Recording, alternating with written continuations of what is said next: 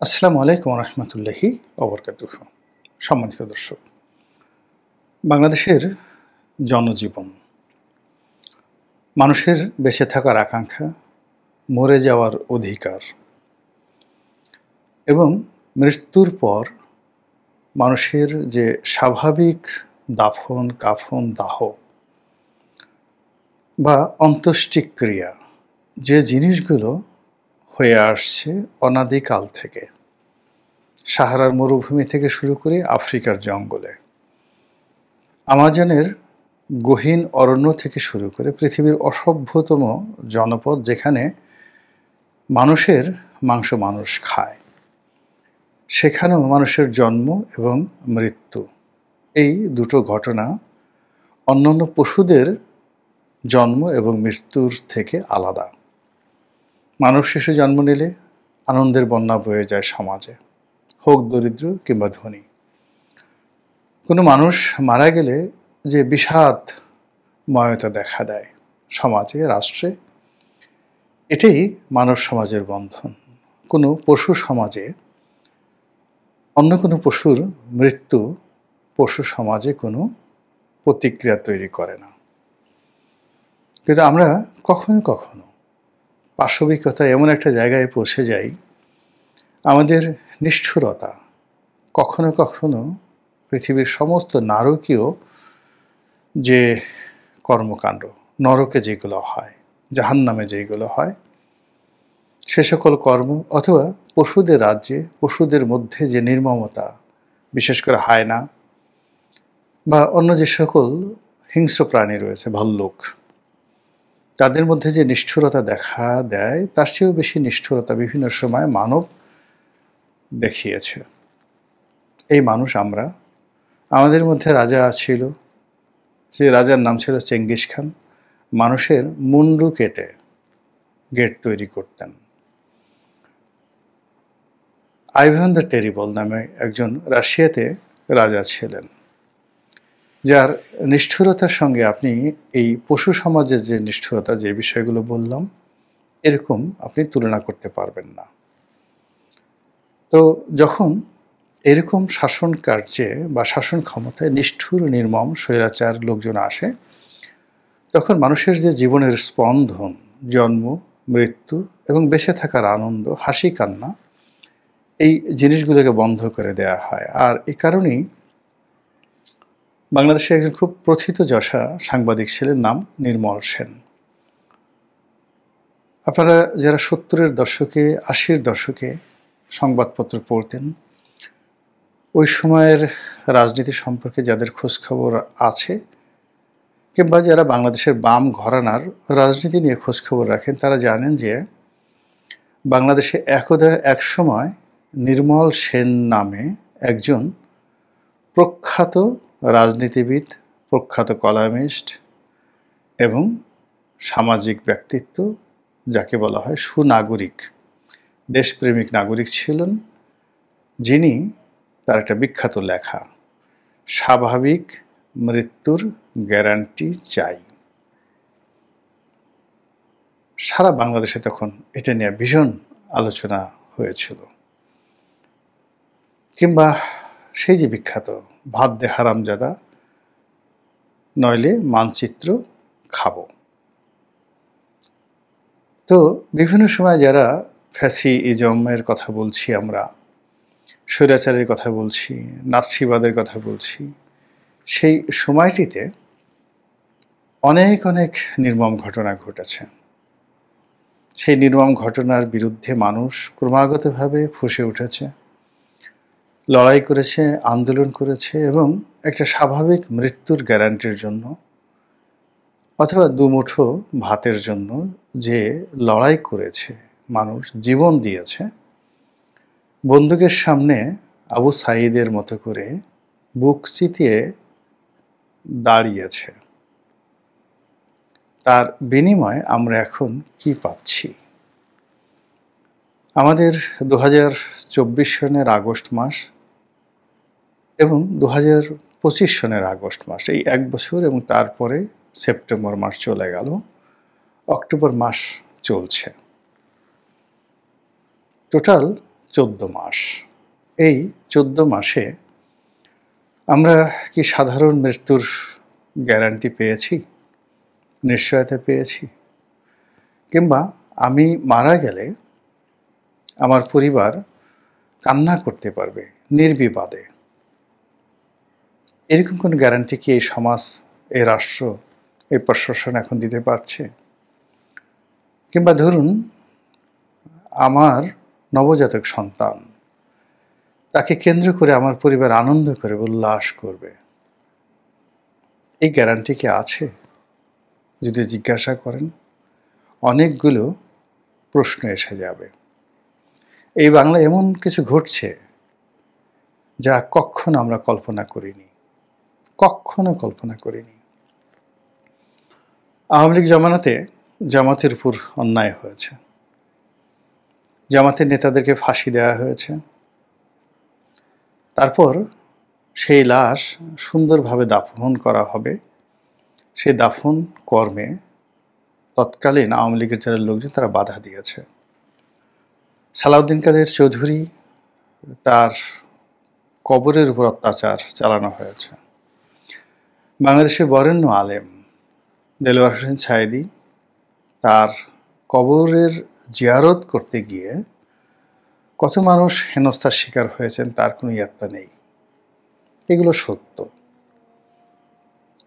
নারায়ণগঞ্জের 7 মার্ডার হয়েছে, ইলিয়াস আলী গুম হয়েছে, আর এগুলোর বিরুদ্ধে অব্যাহতভাবে সংগ্রাম করতে করতে করতে করতে আমরা যে জুলাই আগস্ট বিপ্লবের দ্বার প্রান্তে পৌঁছে গিয়ে যে বিজয় অর্জন করেছি, সেই বিজয়ের ফলাফল এখন যা কিছু হচ্ছে তার সঙ্গে কি আওয়ামী লীগের জমানার কোনো কিছু তুলনা করা যাবে? যেমন ধরুন নুরুল মজিদ হুমায়ুন, অত্যন্ত প্রবীণ একজন রাজনৈতিক নেতা। তার দুর্নীতি অনিয়ম সম্পর্কে আমি কিচ্ছু জানি না। ব্যক্তিগতভাবে তিনি আমার সহকর্মী ছিলেন।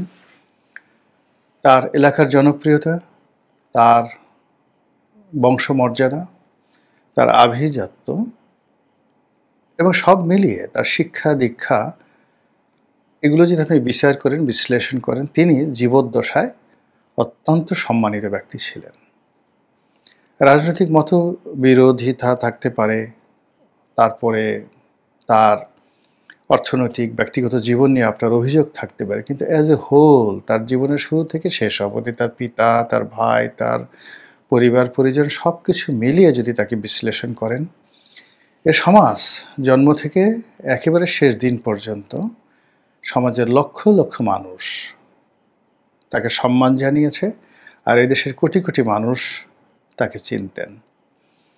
সেই মানুষটি কারাগারে থেকে অসুস্থ হলেন, হাসপাতালে আনা হলো, তার হাতে হাতকড়া, বয়স্ক একজন মানুষ, এবং তিনি যখন মারা গেলেন হয়তো যারা হাতকড়া পরিয়েছিলেন তারা ভাবতে পারেননি বা তারা খেয়াল করতে পারেননি। যখন তার লাশ দাফন করতে নেওয়া হলো তখন দেখা গেল তার হাতে সেই হাতকড়াটা রয়ে গেছে। বিশ্বাস করেন, এরকম নির্মম ঘটনা আমি দেখিনি। স্বৈরাচারী এরশাদ জমানা বা পরবর্তীতে যারাই এসছে ক্ষমতায় তাদের জমানা, এমনকি পাকিস্তান জমানাতে কখনো দেখিনি। আমরা পাকিস্তান আর্মিকে অনেক অসম্মান করে কথা বলি, ব্রিটিশ আর্মিদেরকে নিয়ে নানা রকম কথা বলি, কিন্তু তারাও একজন মৃত মানুষের যে শরীর বা লাশ, তার প্রতি যে সম্মান প্রদর্শন তারা করেছে, ওটা আমরা এই যুগে কল্পনাও করতে পারি না।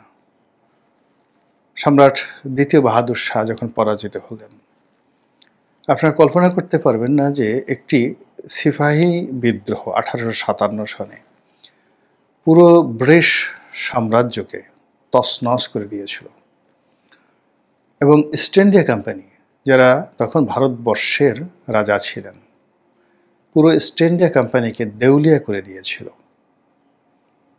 এবং ভারতের মতো একটা বিরাট রাষ্ট্র এই ব্যর্থতার কারণে, সিপাহী বিদ্রোহের কারণে ব্রিটিশ গভর্নমেন্ট এই ইস্ট ইন্ডিয়া কোম্পানির কাছ থেকে তারা নিয়ে নেয়।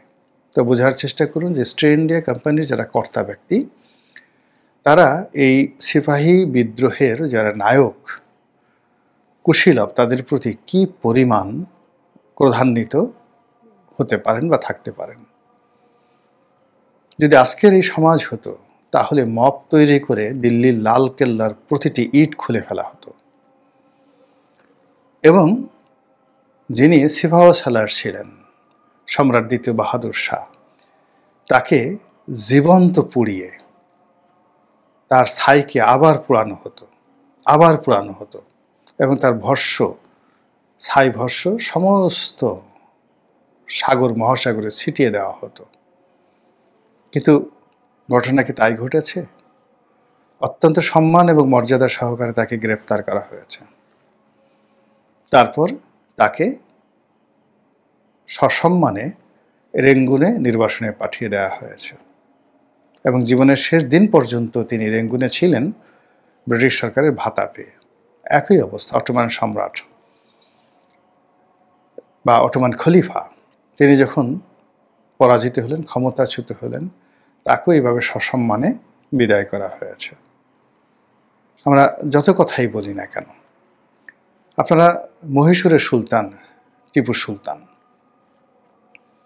তার সঙ্গে ব্রিটিশদের যত যুদ্ধ হয়েছে এবং ব্রিটিশ বাহিনী হায়দর আলী এবং টিপু সুলতান তাদের বিরুদ্ধে কম করে হলো 30 বছর কন্টিনিউয়াসলি যুদ্ধ করেছে এবং ব্রিটিশ বাহিনীর মেরুদণ্ড ভেঙে দিয়েছে। কিন্তু সেই টিপু সুলতান যখন যুদ্ধক্ষেত্রে নিহত হলেন, তখন তার লাশের কাছে কোনো সাধারণ সৈনিক যাননি। কমান্ডার ইন চিফ, ব্রিটিশ বাহিনীর কমান্ডার ইন চিফ যখন জানতে পারলেন যে যুদ্ধক্ষেত্রে টিপু সুলতান নিহত হয়েছেন, তখন তার লাশকে ঘেরাও করে রাখা হলো এবং তিনি সেখানে গেলেন এবং একজন সুলতান হিসেবে, বাদশাহ হিসেবে ব্রিটিশ কমান্ডার তাকে গার্ড অব অনার দিলেন, স্যালুট দিলেন। তারপর সসম্মানে তার লাশ তার পরিবারের কাছে হস্তান্তর করা হলো। সেই দিক থেকে নুরুল মজিদ হুমায়ুনের যে ইতিহাস, তার মৃত্যুর ইতিহাস, তার চিকিৎসার ইতিহাস, তার জেলখানার ইতিহাস, তার লাশ দাফন কাফনের ইতিহাস, ইতিহাস বাংলার যে কলঙ্কতি ইতিহাসগুলো রয়েছে, একটির সঙ্গেও এর তুলনা করা যাবে না। এর বিচার প্রকৃতি করবে, এর বিচার মানুষ করবে, জমিন করবে, জমিনের পশু পাখি করবে। প্রকৃতির বিচার এমন নিষ্ঠুর, পিঁপড়া পর্যন্ত প্রতিশোধের জন্য কাঁদতে থাকে যে হে আল্লাহ আমাকে সুযোগ দাও, যারা এই জমিনে এই অপকর্ম করেছে আমরা তার প্রতিশোধ নিতে চাই। আপনি প্রকৃতির আইনের বাইরে গেলে সবাই আপনার প্রতি বিক্ষুব্ধ হয়ে ওঠে। গাছপালা, লতা, গুল্ম, পাহাড়, পর্বত, নদী, নালা, চন্দ্র, সূর্য, তারকারাজি সব কিছু আপনার বিরুদ্ধে চলে যায় যদি আপনি এরকম অমানবিক কোনো কাজ করেন। নুরুল মজিদ হুমায়ুনের মৃত্যু ওইরকম একটা ঘটনা। এখানে যদি শেষ হতো কোনো আপত্তি ছিল না। বাংলাদেশের কিংবদন্তি রাজনীতিবিদ জনাব তোফায়েল আহমদ। তোফায়েল আহমেদ সম্পর্কে যদি বলতে বলা হয়, আমি ঘন্টার পর ঘন্টা বলতে পারবো। তার বাগ্মিতা, তার রাজনীতির প্রাজ্ঞতা, এদেশের প্রতি তার কন্ট্রিবিউশন, তার শিক্ষা দীক্ষা, আরও অনেক কিছু। তিনি আওয়ামী লীগ করতেন, তার বিরুদ্ধে দুর্নীতির অভিযোগ আছে, অনেক কিছু থাকতে পারে, কিন্তু সেগুলো যদি একদিকে রাখেন আর অন্যদিকে যদি একজন তোফায়েল আহমদের সারা জীবন তার রাজনৈতিক কর্মকাণ্ড, তার চিন্তা চেতনা সব কিছু একত্র করেন, বিশ্বাস করেন হাজার হাজার হাজার হাজার অর্থনীতিবিদ, হাজার হাজার নোবেল লরিয়েট, হাজার হাজার তথাকথিত, আর বললাম না, একত্র করলেও তোফায়েল আহমেদের একটা আঙ্গুলের সমান হবে না। হাসপাতালের বিছানায় তিনি কিভাবে আছেন? তিনি কি মারা গিয়েছেন? না, মারা যাননি। তিনি কি বেঁচে আছেন নাকি কবরে চলে গেছেন? আমাদের এই সমাজ আমরা রেসপন্ড করতে পারছি না। তার জন্য কান্না করার মতো লোক নেই, কান্না করতে দেয়া হচ্ছে না। মৃত্যুর পরে মানুষ যে মানুষের জন্য কান্না করবে, এই অবস্থানেই নুরুল মজিদ হুমায়ুনের যে জানাজা, সেখানে অসংখ্য মানুষ এসেছে। আমি শুধু একটা কথা বলতে পারি যে তার ছেলে, প্রবাসী ছেলে, যে সাক্ষাৎকার দিয়েছেন এবং জানাজার সম্পর্কে যে কথা বলেছেন, ও কথা শোনা যায় না।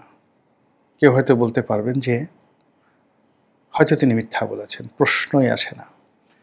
কোনো সন্তান তার মৃত পিতাকে নিয়ে জীবন সাহাহ্নে কবরে যাওয়ার পূর্ব মুহূর্তে তাকে নিয়ে মিথ্যাচার করবে, এটা কিয়ামতের আগে এরকম ঘটনা ঘটার কোনো মানে যাকে বলা হয় এরকম ঘটনা ঘটবে কিয়ামতের আগে, এরকম কোনো নজির নেই।